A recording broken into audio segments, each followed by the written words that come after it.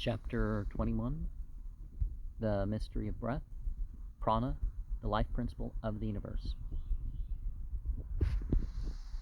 When we talk about soul, about spirit, about prana, atma, whatever you want to call it, we are talking about realities through terms that are physical.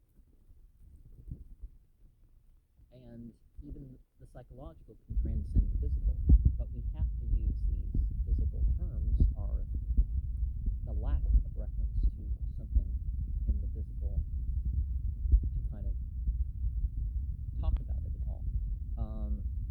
And that can be done in a way that clearly distinguishes it from some exaggeration of a really great breathing experience on top of a mountain or in a valley or whatever. Probably no writings can lay claim to a more ancient foundation than this now put before you. Why this statement is made is because that which is written herein is based on that grand old science of astrology, while the subject itself, breath, is more ancient still, being the first physical act of all human beings coming into the world. It is not my intention to say that in this work to enter into the origin of astrology, suffice it to say that its immense antiquity is now universally admitted.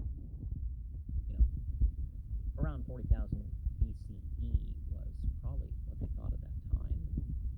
Then they find evidence in Europe and Asia that it probably went back hundreds of thousands of years. The symbolic use of the reference to, the planets and stars and other stuff out there like comets and all that. But it could be that in some of that 2 million-year-old stuff in Northeast Africa are the 11 million-year-old finding in the Hindu Kush Himalayan, that there could be something that you could call astrology shown there. Suffice it to say that its immense antiquity is now being universally admitted. Neither shall I say to solve the problem of the beginnings of all things which would necessarily be had I to trace out the origin of breath. Seeing that the breathing is common to all, it may be asked, where is the need of instruction? My answer is that not one person in 1,000, nay, in 10,000 knows how to breathe. Do you doubt this statement? Then, whence come those gaunt specters, consumption, pneumonia, etc.? Remember, consumption alone kills over 100,000 per year. This would not be possible if people knew how to breathe.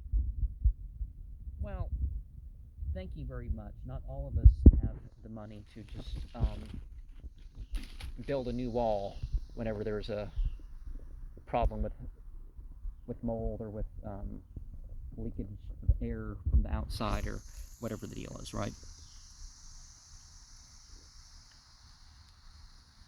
Consumption can be cured, even prevented, not by medicine, but by cleanliness and the free and unstinted use of pure sweet air. I may startle some and comfort many by saying consumption has never been inherited either from father or mother, but the child has usually been infected by its well-meaning but ignorant consumptive parents after birth. Or the society is convinced in certain ways, right? This chapter is not written especially for consumptives, but for all. If you have health, do not think that your 3-second inhalation will kill disease when once it makes a determined attack. If you are ailing, do not think there is no hope for you. Start at once. Air is free. Do not be afraid of using it. The life of man is in the air. Why not have more life? Harm it cannot do. Benefit it must. By following out the instructions given you, will place yourself on the highway to health, strength, and longevity. Remote as it may appear, the subject of success in connection with birth, this is by no means so. No man who is a failure in life knows how to breathe. Every man desires success in some form, and there is no barrier in his attaining this if The instructions in the following pages are adhered to. The many hundreds of letters received since the first edition of this great volume was printed have shown that this book has not been written in vain, and it is hoped that readers who have derived benefit will make the knowledge known to others. Now, see, that's the thing. If you have beneficial knowledge, it's your duty to pass some of that on. Does it not seem strange in this 20th century that it should be necessary to teach men how to breathe? Remember all the gender-specific things. We really mean humans. Man, nature's masterpiece, is really in a worse condition than our dogs and horses, who do breathe as nature intended them to breathe, unless they have been pampered and spoiled by too much familiarity with their superiors. Breathing is life. To fail to breathe is death. You may live a long time without food or water, but how long could you endure if your breath was cut short, and even that scant and often defiled gasp you give the name of breathing to? We find people actually starving for air, not necessarily pure, fresh air, but for the stuffy, impure air so often found in the home and business life. For even a large supply of this, bad as it would be, better than the amount usually taken, which hardly suffices to keep a body and soul together. If pure air cannot be had the whole day through, then inhale heartily and thankfully of what can be obtained. Do not starve amidst plenty. The reason correct breathing is unpopular is because air is free. It is too little trouble. No dues, no expense, nothing to do but breathe, and then breathe again.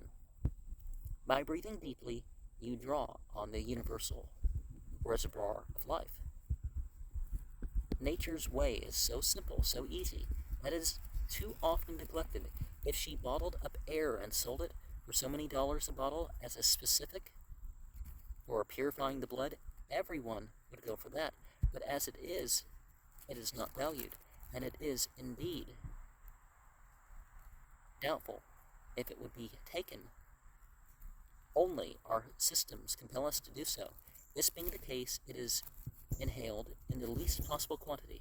If its true value were realized, and people had energy and persistence enough to form a correct method of breathing, they would soon notice a great difference in every way, both as regards health and even success. It is no exaggeration to say that the majority of diseases arises through ignorance of this. Good health depends upon the blood, and pure blood depends on pure air. The organism which causes pneumonia may live in the tissues and air passages of human beings for a considerable time without producing the disease. Every person has doubtless had the germ in his tissues scores of times, and at this present moment it is the bronchial tubes that has this in it, of many. But before pneumonia can develop in such persons, some change must take place either in the organism or in the individual. At present, those who are acting as hosts to germs of pneumonia do not get the disease because there is something in them that, for the time being, renders them immune. That something is to be found in every human body in normal health and vigor. The moment the vitality becomes lowered sufficiently from any of the many causes to which we are liable to become subject, and no one can measure the exact time or place, then the pneumonia organism begins to multiply, to feed upon our substances, and to give off a poison, and the result is pneumonia. And what we find is that even some of the most serious diseases have to occur in certain concentrations and certain numbers and certain weaknesses that they're being exposed to. The element first in importance in keeping the health up to the standard is pure air. Without air, not one of us can live an hour. While we may live days without water and weeks without food, an important element in the increasing prevalence of pneumonia is, doubtless, the fact that more persons are spending their lives indoors than formerly, in shops, factories, and offices. Sufficient air is only obtained by living as much as possible, both day and night, in the open air. Next in importance to pure air in dwellings is the necessity for sunlight. No room is fit to sleep in all night that has not been flooded with sunlight all day long. Human beings need the sun and the beneficial effect it has upon the air they breathe quite as much as the vegetable kingdom needs it. The fashion of shades and shutters on windows will be abandoned as the beneficial effects of sunlight are understood.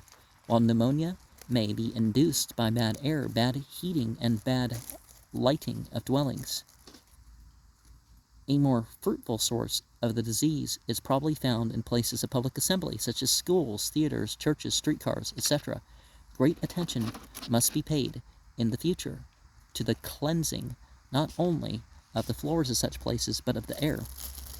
What the people seem to need is not more and better food. Well, nowadays they do. But more and better air. If the pursuit or profession must be followed indoors, then, by all means, learn to use the lungs correctly, always, but especially when in the open air. Sunlight gives health, and this luminary is the reservoir of the electrical, magnetic, and vital forces in our system. It pours them out abundantly, and they are taken in by all minerals, vegetables, animals, and men. By them they are transmuted into the various life energies round it.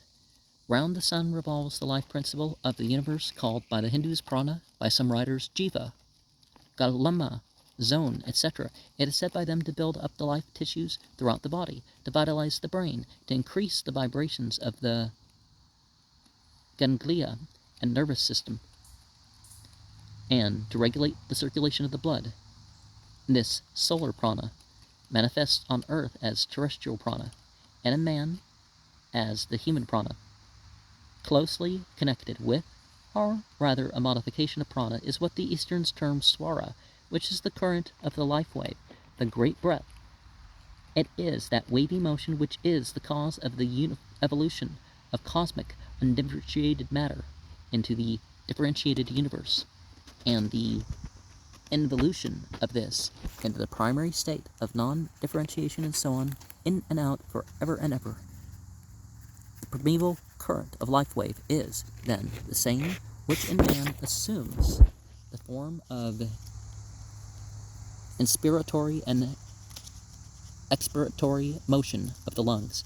As above, so below, runs the Hermetic axiom, and this is the all-pervading source of the evolution and involution of the universe. Human breath is but a physical manifestation, prana.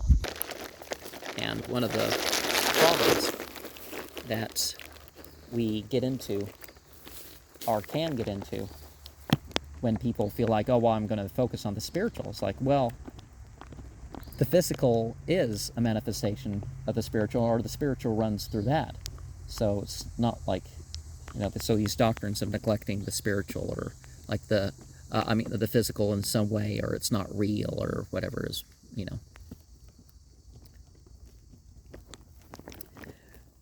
The physiology of the lungs. The human body, our trunk, may be likened to a large box, divided into two compartments, the chest and the abdomen.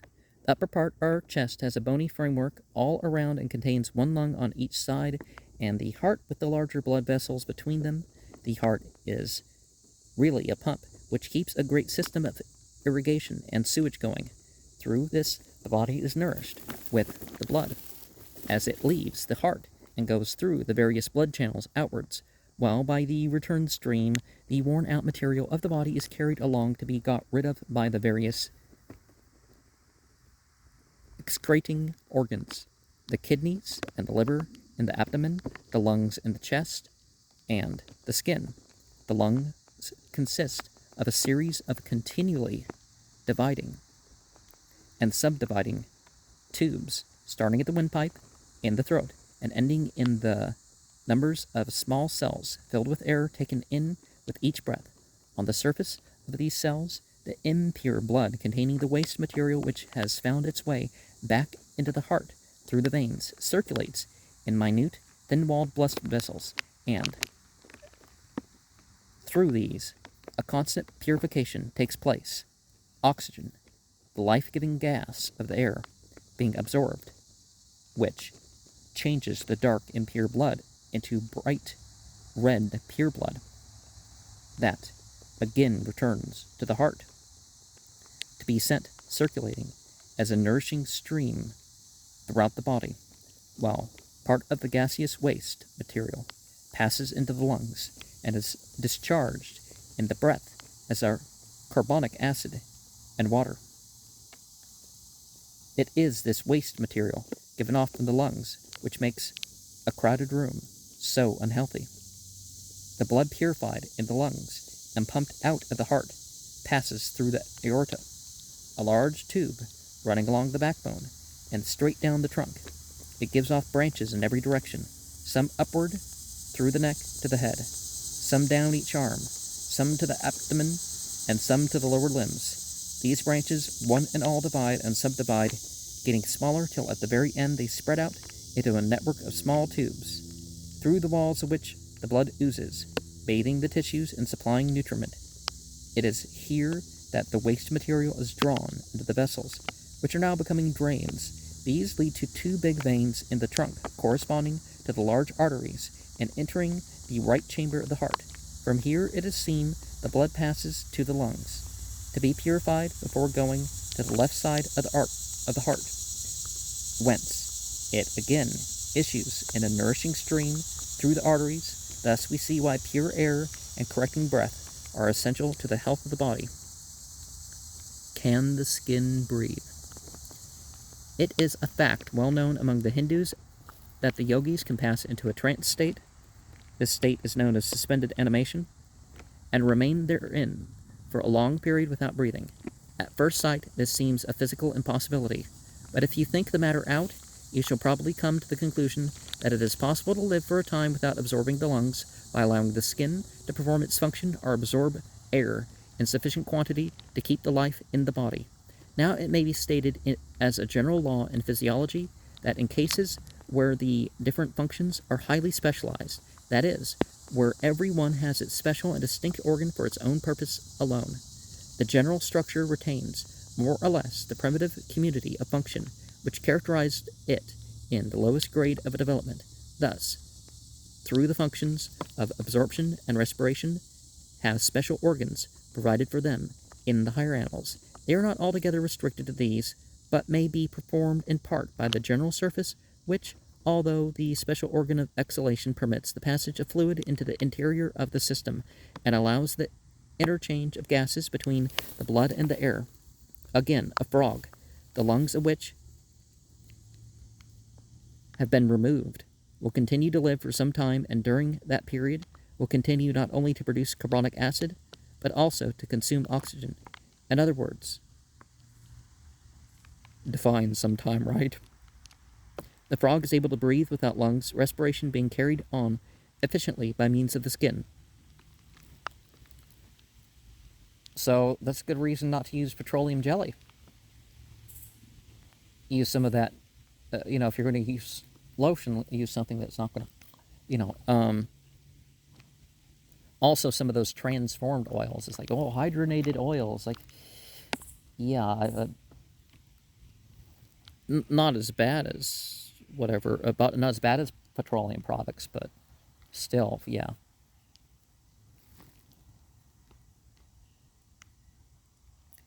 The skin needs to breathe as well as the lungs, and it will do its share towards aerating the blood and renovating the body if we only give it a chance.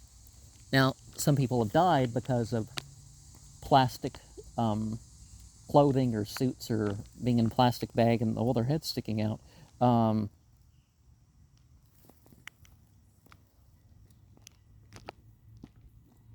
It is generally accepted by physiologists that the skin may, to some extent, perform the functions of the lungs, and though naturally its capacity to perform that function is very small, yet it is capable of considerable increase when, as in cases of disease of the lungs, the needs of the body excite it to perform these functions, or by special training, as in yoga. It is taught by the Hindu adept that as a man advances along the spiritual path, but little food is required, and that only of the simplest and best, and a time arise when through the pores of the skin enter etherealized particles of matter, sufficient for the nourishment of the body, nourishment direct from prana, the principle of life itself, the yoga breath. And let's not be fooled that Tantra is just some sexual thing, or that yoga is just stretching and breathing and posing in indecent clothes or something like that. It's, we're making clear here by this program alone that that's not what's being talked about. Mention has been made of the yogis, and in a work dealing with the science and mystery of breath, reference to these men cannot be omitted. In no part of the world has breathing been brought to such a perfect art as in India. Like, literally, there's breath patterns and stuff that can decide how long you're going to sleep before you wake up, and all sorts of interesting things. It can change how you feel in various ways, and yeah. It's not my purpose to teach the yoga practices here, as that has been taken up in other books. To the Hindu, with a long physical heredity behind, and the practice of thousands of generations, the mystery of breath is a great study. Through yoga, these grand masters of breath seek to bring about the union of the higher and lower consciousnesses. The two chief meanings of the word yoga are concentration and union. Union implying, of course, between the physical and the spiritual. Various practices are resorted to for this, and the theory is that by controlling the breath and concentrating on certain organs, those mysterious, dormant, human powers may be roused, which will bring about this union, prana, the great life principle. In reference to prana, which it must be remembered is the life principle of the universe, they know that terrestrial prana develops two active centers in the gross matter, which is to form a human body. Part of the matter gathers round the northern and part round the southern center. The northern center develops into the brain, the southern into the heart, the whole forming something after the shape of an ellipse. In this, the northern focus is the brain, the southern the heart. The column along which the positive matter gathers up ruins between these foci is the medulla oblongata. The Eastern names are Susumna, the spinal column with all its ramifications, Pingala, the channel for the currents which work in the right half of the body, the right sympathetic, Ida, the channel for the currents working in the left half of the body, the left sympathetic. These channels are called nadis. They're the rays of prana which diverge either way from these nadis are only their ramifications and constitute together with them the nervous system. The current of prana works forward and backwards, in and out. One moment it proceeds from the center to the farthest ends of the nerves and blood vessels. The succeeding one gives it the backward impulse. The time taken differs in different organisms. As the prana runs forward, the lungs inspire. As it recedes, the process of exhalation sets in. These three chiefs, nadis, the Ida, Pingala, and Susumna, meet in 6 different places.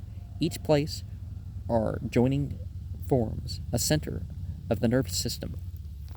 And we find that rather than a baseline 5 to 9 or whatever, we have 114 that can be defined the same way as, well, why is this area chakra? Oh, same reason that 113 other areas are chakra, right?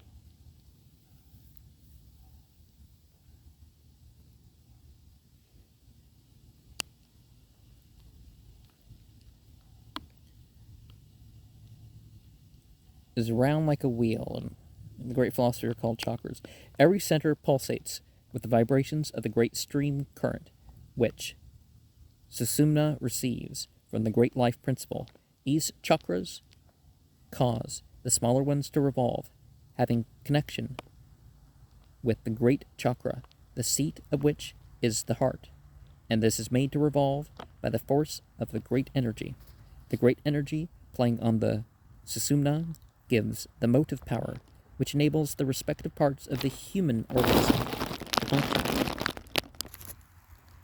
There is a correspondence between these centers and the zodiac and planets. The Pingala has for its quality heat.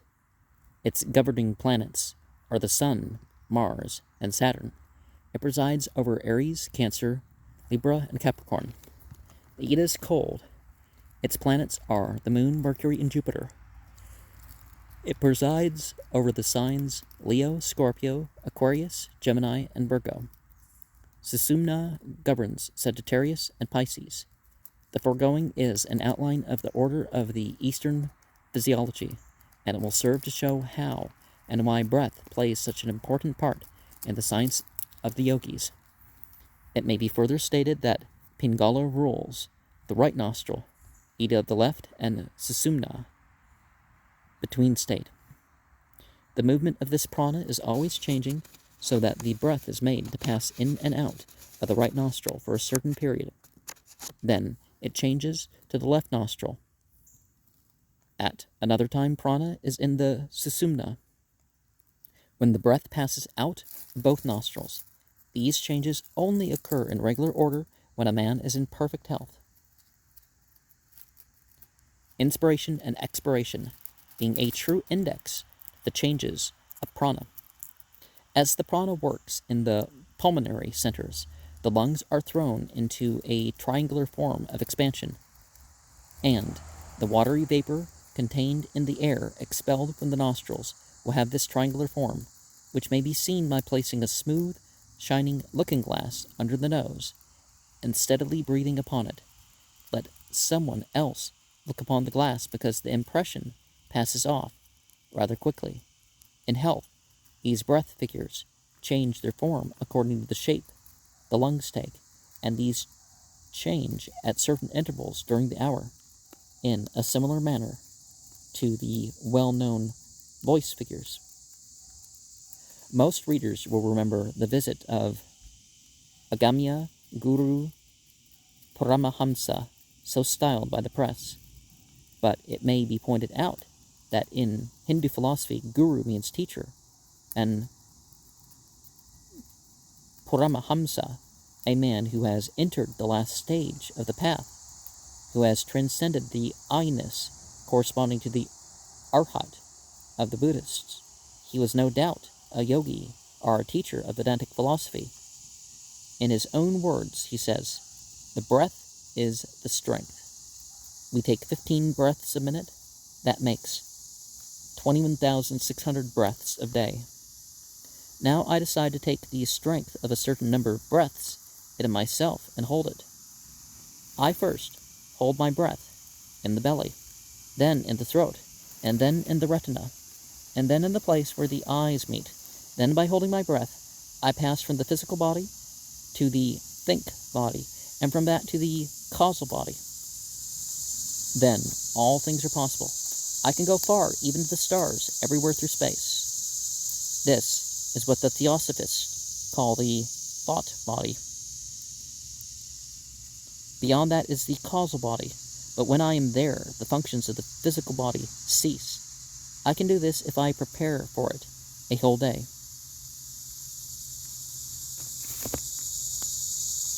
Some extra meditation, aside from one's basic rituals every day, is an important practice, obviously. In January of 1904, this man visited London and gained fame. He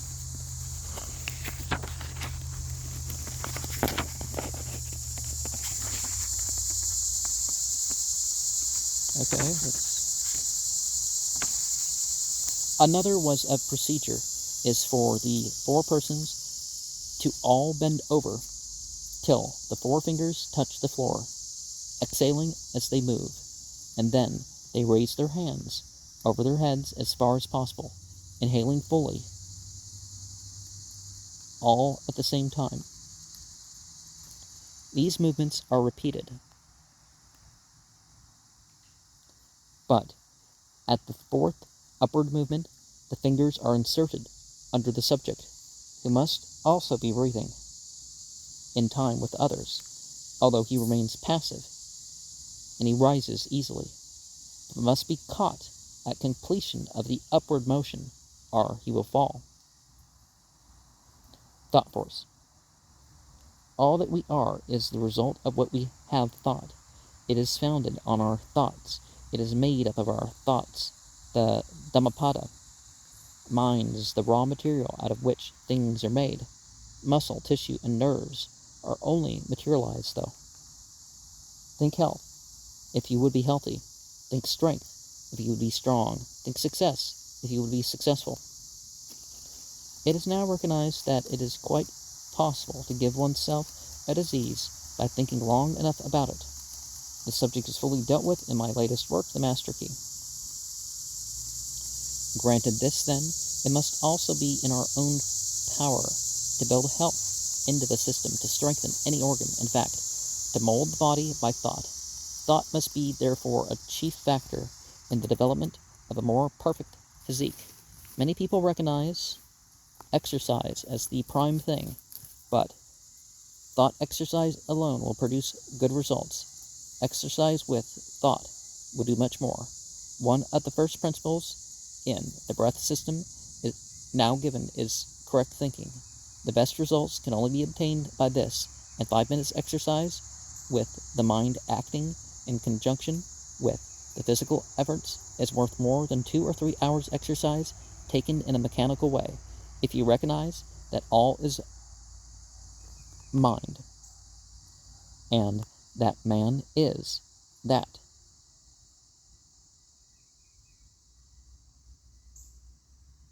Which he thinks he is. That real I is the potter, the body, the clay. Then you will see that man can and does fashion his body to do whatever design he may please. To think correctly is to be able to concentrate the mind for a certain time on what you are doing or on the organ of the body you wish to treat or develop. Concentration must be practiced. See article on this in his latest, in the Laurence's latest work, The Master Key. For, in a greater or lesser degree, it is the foundation of all muscular development. It is capable of being developed in all. It is the most important part in physical culture. To be able to focus all the energy on a certain organ or muscle, and to accomplish this with ease, is a faculty worth developing. The mind must be trained so that it may be kept on the muscle, or part desired, for at least 5 minutes. The ganglia, which runs like little threads of silk throughout the body, are tiny little brains largely made up of the same kind of gray matter that composes the thinking part of the brain, while the sensitive ganglia send their little tendrils into every part of the body. There is an especially large amount of them about the heart, and the human heart actually thinks on account of it. It is well known that the ancients believed in different organs of the body to be possessed of mental attributes, and this idea has been handed down to us in such expressions as a brave heart, a noble heart, and the like. While we have the scriptural text, for as a man thinketh in his heart, so he is. Proverbs 27:7. We also have the Vedantic philosophy, which revels in mental subtleties.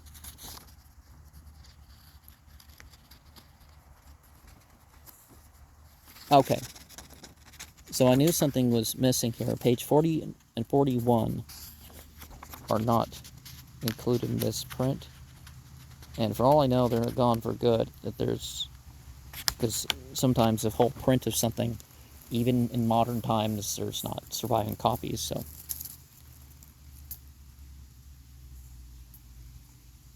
Mental subtleties. It teaches that thought came into existence first, and that a thought form of any object came into being, and that matter formed into shape around it, exactly as the shape of the thought pattern. There can be no thought without form. Mind had precedence over all existing things, or entities, whatever, and had and now has illimitable power. And that's what we find out in the creation stories, is God thought, and then God spoke, and then, well, I mean, it's not always in the same sentence, and then, creation was, and then God became a fashioner, but not the type of fashioner we are, we're just some demiurge, but God, evolved without being a secondary power.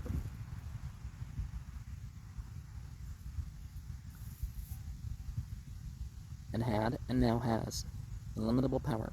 Once the student grasps the truth of this, and that every organ must have for its mold a thought form, that the gray brain of matter exists in these organs, then he will see how it is that the concentration plays such an important part.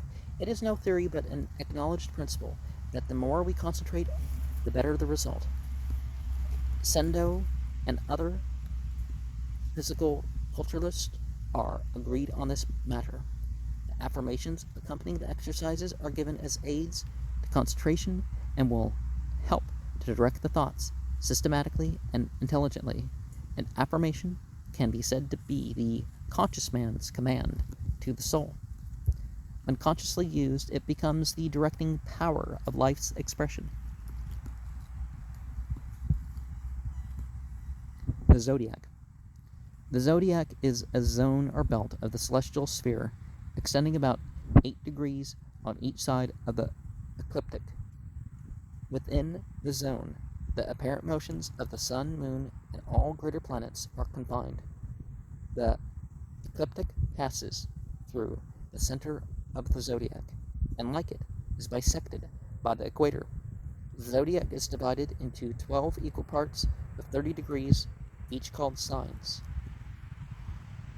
And how that's divided actually depends culturally, and may vary per systems in one culture or another. These signs are counted from the vernal equinox, where the sun intersects the equator, to the beginning of spring in the northern hemisphere. The zodiac represents a circle of 360 degrees, and it was within that circle that the motions of the planetary bodies around the sun take place. The sun itself is frequently referred to as though it shared in the planetary motions. This means, it is needless to say, that looked at from our own planet, the sun appears to pass from one constellation to another. Thus we have the sun as center of the system, and the zodiac as the circumference. The sun enters the first sign each year on or about the 1st of March. Well,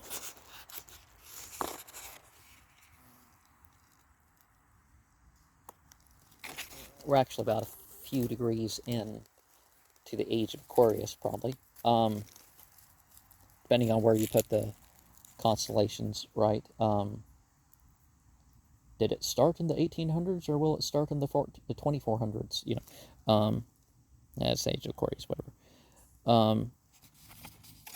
It passes through a sign in about 30 days, then enters the following one, making a complete circle of the zodiac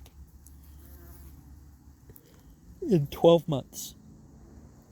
It is known by adepts and advanced occult students that every object, animate and inanimate, has an aura, a specialization of astral fluid surrounding it. This fluid is invisible to the ordinary sight, but may be seen by clairvoyance. Here I wish to place a truth before the student. It is that every existing form has a zodiac of its own, which has been sensed by occultists and called the aura, and that the aura of the sun is the zodiac, which are one and the same thing.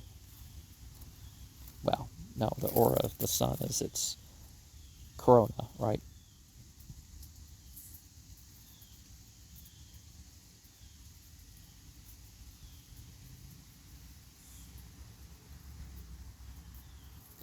In the same way, a man's aura may be termed his zodiac, having affinity to the 12 signs of the sun's zodiac or aura.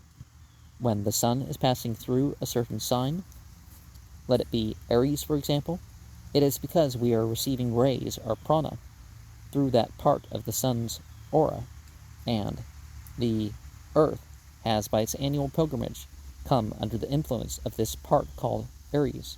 This will account, in a large measure, for the belief of the ancients that each sign of the zodiac has direct rule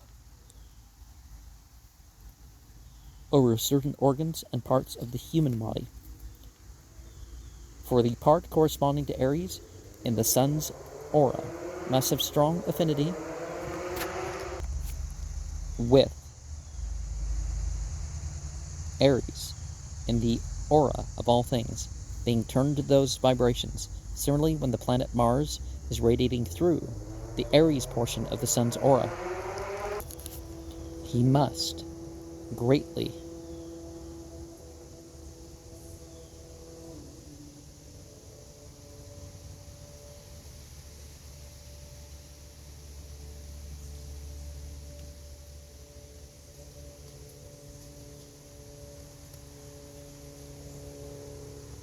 have strong affinity with Aries in the aura of all things, being tuned to those vibrations.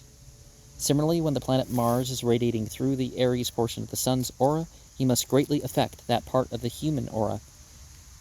Okay, I knew I repeated something. That vehicle threw me off. He must greatly affect that part of the human aura, and all things which are vibrating in harmony with this. So, it will be seen that the sun or planets have great influence over that part of the body ruled by the sign they may be passing through. Now, it must not be forgotten that the planets and the earth have also their auras, and that the strongest effects will be felt when the aura of the sun, planets, earth, and the individual are all in line, so to speak, or when the earth's Aries part receives direct vibrations from the Aries part of Mars's aura, both Earth and Mars being in the Aries part of the sun's aura. Those human beings coming into these rays must be strongly affected, while all things on the earth, whether in the Aries aura or not, must feel the influence in greater or lesser degree in their individual Aries aura, and that part of the body ruled by this. The following exercises are based on this truth, for it is always well to work with nature when the best results are sought for. The 12 vital breaths. It has been stated that the sun is the center of life. This life, or the prana, can only reach the earth through one of the 12 divisions of the sun's aura, and must become colored, as it were, or specialized by the media it passes through. And remember, the reason why we're 2 ages off is because a lot of these texts were composed about 2000 BCE. Some of the Vedic texts, anyways. Or at least, maybe they were representative of older than that, but they're really, There are 12 kinds of distinct divisions in the sun's aura, so there must be 12 kinds of prana, which the Hindus name Aries prana, Taurus prana, Gemini prana, Cancer prana, Leo prana, Virgo prana, Libra prana, Scorpio prana, Sagittarius prana, Capricorn prana, Aquarius prana, Pisces prana. Oh, come on, just tell us the names in Sanskrit or something.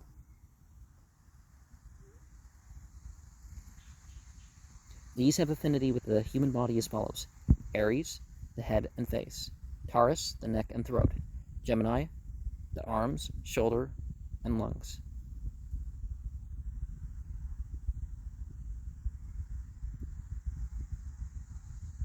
Cancer, the breasts, stomach, and chest; Leo, the heart, back, and spine. Virgo, the bowels and abdomen. The kidneys and loins for Libra. Scorpio, the generative organs. Sagittarius, the hips and thighs. Capricorn, the knees. Aquarius, the calves and ankles. Pisces, the feet and toes.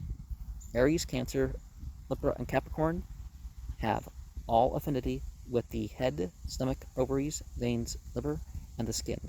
Taurus, Leo, Scorpio, and Aquarius with the throat, heart, generative system, kidneys, and the blood. Well, okay, anyways. Gemini, Virgo, Sagittarius, and Pisces with the lungs, bowels, nervous system, and matrix. So cardinal fix readable, right? As we would call them. In a work written for the general student, it is not possible to give specific instructions as to the method of reaping benefit from these 12 breaths. In dealing with the individual, it is different. For with information as to age, etc., it is possible for one who understands these laws to bring other natural laws into operation, which will enable anyone to derive benefit from any one of these breaths, or even all in a short time.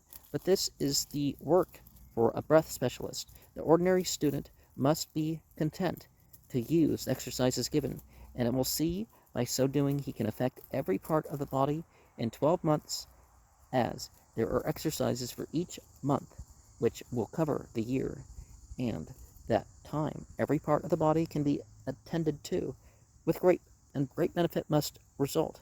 Of course, any of the exercises may be taken at any time, but the best results will be experienced by taking them at the times given, especially when taken for the building up of any diseased part. It will be seen that though Aries has chief rule over the head, Cancer, Libra, Capricorn have also some affinity with this part, and these 3 pranas may be used in treating this part, the same with the others, which may easily be learnt from the foregoing tables. Exercises for the student. These exercises should be taken twice a day, if possible, in the morning, when you awaken, and at night before retiring. Give attention to the air of the room in which you exercise. The windows should be open at the top or bottom fully a foot, so that the air will circulate. The purer the air, the quicker the result desired. From 15 to 10 minutes should be devoted to the exercise of both night and morning. If too ill to stand or make the movements, use the will and affirmations. The natural and right way to breathe, whatever position the body may be in, whether standing, sitting, or walking, is to take abdominal breaths. When you are taking a long breath, the abdomen expands first, then the lungs or chest. Always remember that you should breathe through the nose and not the mouth. It is a good plan to have a tepid sponge down immediately after exercising, then rub down thoroughly with a rough bath towel till the body is all of a glow. With these exercises, no apparatus is necessary, though a hard piece of rubber or other substance for the hands to grip will enable you to make the muscles more rigid and keep them so. It has been mentioned that any exercise, even without thought, will do good, but those who require real all-around development, not huge muscles, but wiriness, stamina, elasticity,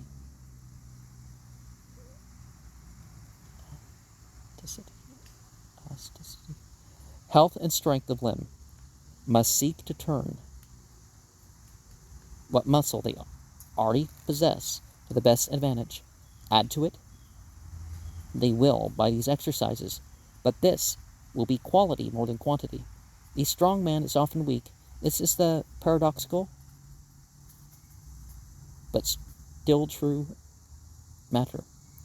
By strong man is meant the weightlifter and those who have built up huge muscles by one of the many systems of physical culture. For give a man the muscles of a Hercules, it is no guarantee that his heart lungs and digestive organs are in good condition and healthy, and a slight illness may lead to his end. Well, working out doesn't mean you can overeat meat safely, so there's that.